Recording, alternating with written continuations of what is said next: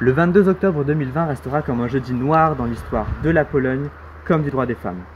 En effet, le tribunal constitutionnel vient de retirer la malformation congénitale de la liste des 3 situations permettant l'accès à un avortement légal dans le pays. Concrètement, aujourd'hui, une femme polonaise qui voudrait avorter, elle doit être en mesure de prouver que son bébé est issu soit d'un viol, soit d'un inceste. Évidemment, il s'agit d'une des législations les plus drastiques en Europe, et cette nouvelle loi n'a pas manqué de faire réagir les Polonaises qui se sont massivement mobilisées dans les rues des grandes villes de la Pologne la semaine dernière. Évidemment, vous n'avez peut-être pas entendu parler de cette actu, mais heureusement pour vous, j'étais sur le terrain et je vais vous raconter ce qui s'est passé. Allez, venez avec moi, je vous amène.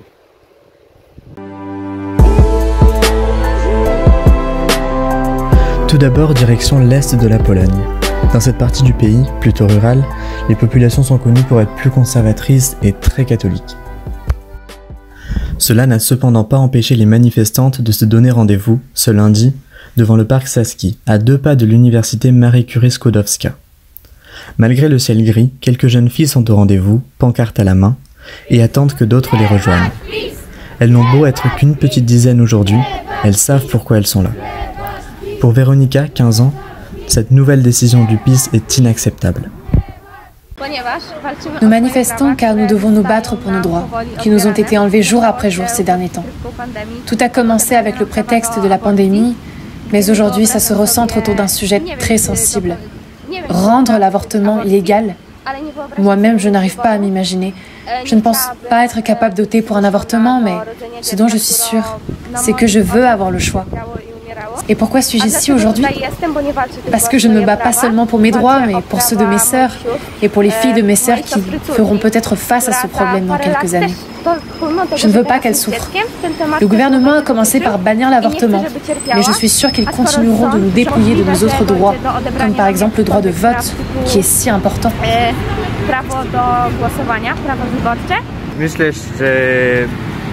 Est-ce que tu penses que le gouvernement va annuler cette loi? Oui, je pense que si les femmes continuent de résister, et pas seulement les femmes d'ailleurs, les hommes sont très actifs aussi et nous les remercions. Le retrait de cette loi ne devrait être qu'une question de temps. On ne va pas se laisser intimider alors que le gouvernement a déjà pris peur et agit avec lâcheté. Et quand les manifestations ont-elles commencé? Ici à Lublin, vendredi. J'y ai participé vendredi, dimanche et aujourd'hui. Et je n'ai manqué que celle de samedi. Aujourd'hui, nous menons l'action Blocus. Et tu penses que ça va durer combien de temps? Jusqu'à ce qu'on obtienne ce que l'on veut, je pense. C'est difficile de donner une estimation, mais je pense qu'on devrait arriver à les forcer à retirer cette loi anti-avortement vers la fin de l'année.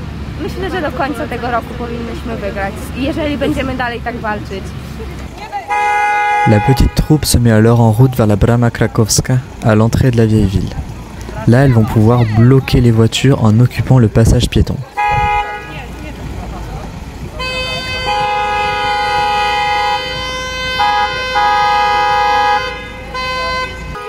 Et malgré le concert de klaxons qui les accueille, elles ne reculent pas et marchent fièrement, ou plutôt ils marchent fièrement, puisqu'elles sont rejointes par des garçons qui soutiennent également leur cause.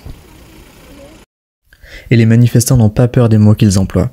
Le To jest wojna qui figure sur la pancarte de Véronika signifie « c'est la guerre », ce qui en dit long sur l'état d'esprit actuellement en Pologne.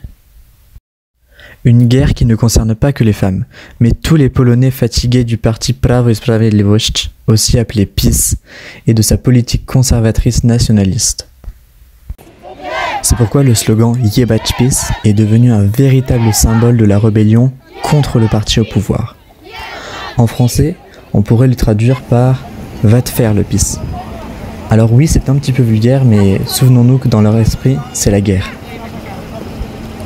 Et enfin, après plus de 3 heures de blocage, les manifestants libèrent finalement le passage piéton et quittent la Brama Krakowska en cortège, avec la ferme intention de revenir dès le lendemain.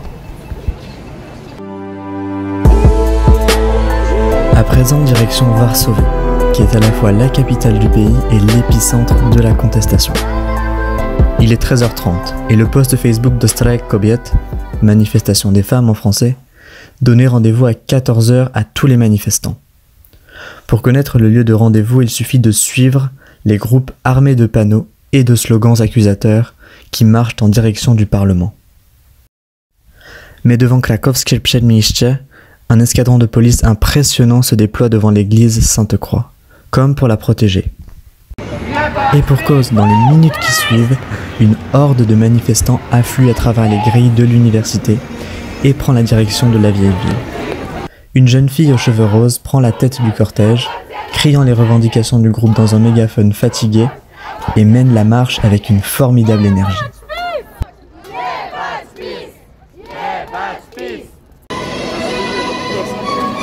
Sur le chemin, ils entament une sorte de danse au rythme de la polonaise de Pan Tadeusz, ajoutant une note artistique et gracieuse à la manifestation. Ce n'est qu'une fois arrivé à la statue de Sigismund, considéré comme le père de la Pologne, qu'ils s'immobilisent pour écouter le discours d'une manifestante. Nous, étudiantes et étudiants, nous sortons dans la rue pour diffuser ce message de la plus haute importance. Notre corps, notre droit, notre choix.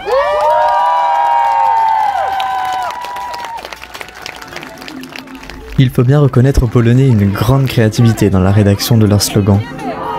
Entre jeux de mots avec le PiS, ou des titres de chansons, ou même des photos de famille, l'idée est la même pour tous. Cette image a beau être floue, le message qu'il porte, lui, est très clair.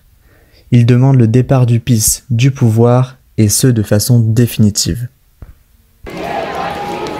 Il ne s'agit d'ailleurs pas de revendications isolées. Et lorsque le groupe qui était au Parlement rejoint les étudiants, la manifestation prend une toute autre dimension, avec des gens qui affluent véritablement de partout.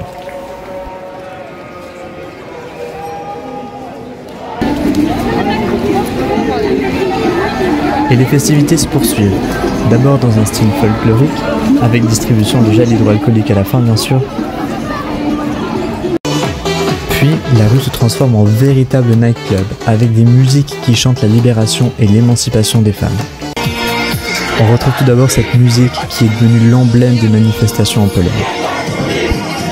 Mais on aura aussi droit à du Beyoncé, à du Queen, à du Jennifer Lopez, ou encore à du Cyndi Lauper.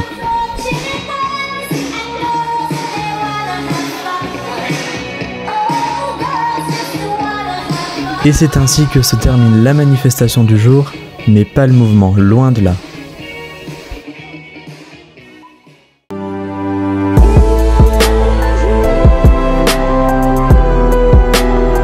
Il est 18h20 et nous sommes toujours à Varsovie.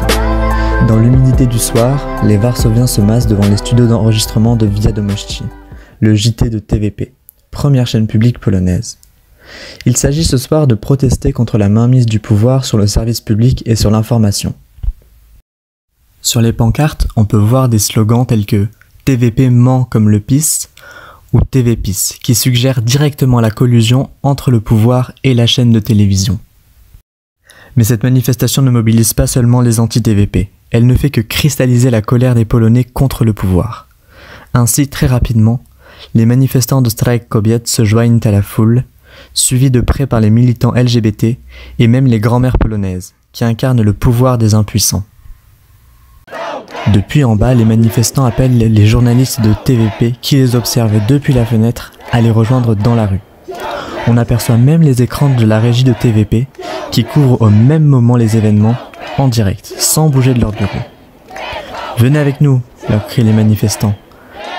Le ras-le-bol des Polonais dépasse donc bien largement la question du droit des femmes, et on assiste depuis cette semaine à une véritable convergence des luttes.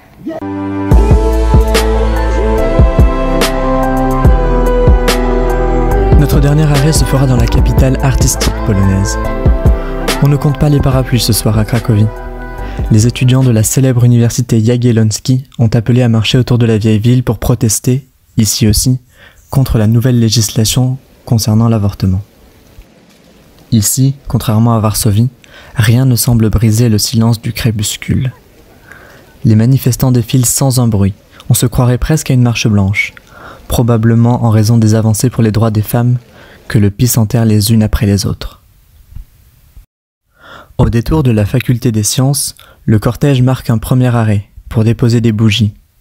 Ils rendent ainsi hommage aux scientifiques, mais aussi aux politiques ayant permis la démocratisation de l'avortement dans le pays. En effet, aussi surprenant que cela puisse paraître, le pays a eu pendant un temps l'une des législations les plus libérales en termes d'accès à l'avortement, si bien que les femmes d'Europe de l'Est affluaient dans le pays pour y avoir accès.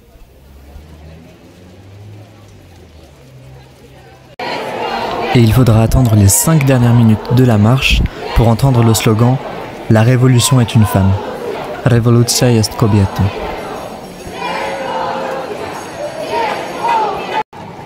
Puis tout le monde se rassemble sur la place du marché pour entendre les grandes voix du mouvement s'exprimer. On a d'abord vu la responsable étudiante à l'origine de la marche féliciter tous les participants.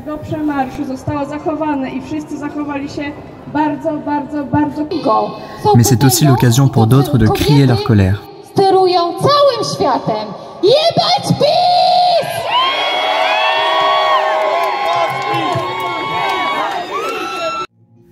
C'est finalement dans le calme que se termine cette manifestation. Mais on repart avec la certitude que ça n'est pas fini et qu'elle continuera de faire parler d'elle ici comme partout ailleurs en Pologne. Elle est pour beaucoup un véritable souffle d'espoir face à un pouvoir qui se fait de plus en plus oppressant et conservateur.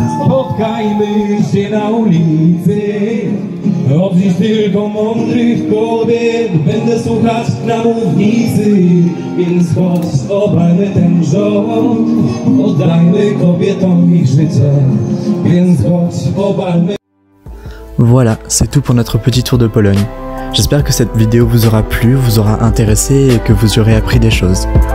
Moi, je vous dis à très bientôt, au cœur de l'actu en Europe.